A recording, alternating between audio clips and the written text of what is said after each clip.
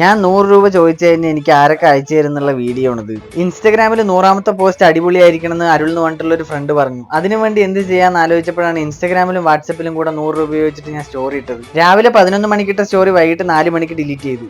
ഇനിയാണ് ശരിക്കും ഉണ്ടായ കഥ തുടങ്ങാൻ പോണത്. സ്റ്റോറി കണ്ട് എനിക്ക് മെസ്സേജ് അയച്ചവരോട് ഞാൻ ഈ ഒരു വാക്കാണ് പറഞ്ഞത്. വെറുതെ ഒരു സ്റ്റോറി ഇട്ട് എനിക്ക് പൈസ അയച്ചെന്നവർ 1, 2, 3 പേരല്ല, 41ഓളം പേരാണ്.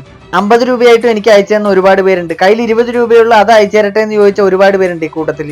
പൈസ എനിക്ക് അയച്ചു തന്നിട്ട് ഞാൻ അപ്പം തന്നെ അവർക്ക് തിരിച്ചയച്ചു കൊടുത്തു കഴിഞ്ഞാൽ അവരെ കളിയാക്കുന്ന രീതിയിലാവില്ല എന്ന് വിചാരിച്ച അവസാനം ഞാനത് ഗിവ് കൊടുക്കാൻ തീരുമാനിച്ചു. എനിക്ക് പൈസ അയച്ച 41 പേരിൽ 4 പേർക്ക് 1000 രൂപ വെച്ചിട്ടാണ് ഞാൻ ഗിവ് കൊടുക്കാൻ പോകുന്നത്. എനിക്ക് വേണ്ടി ഒരു 100 രൂപ ചോദിച്ചപ്പോൾ എന്റെ കൂട്ടുകാർ തന്ന പൈസ എന്റെ കൂട്ടുകാരിലേക്ക് തന്നെ എത്തട്ടെ എന്നുള്ള ആഗ്രഹമുള്ളതുകൊണ്ടാണ് ഇത് ചെയ്യുന്നത്. എനിക്ക് പൈസ തന്ന 41 പേരിനെ മാത്രം ഉദ്ദേശിച്ച് നടത്തുന്ന ഗിവ് ആയതുകൊണ്ട് ഈ രീതിയിൽ ചെയ്യാൻ പറ്റുള്ളൂ. അതുകൊണ്ട് ഞാനും ഉമ്മയും കൂടെ തെരഞ്ഞെടുത്ത വഴിയാണിത്.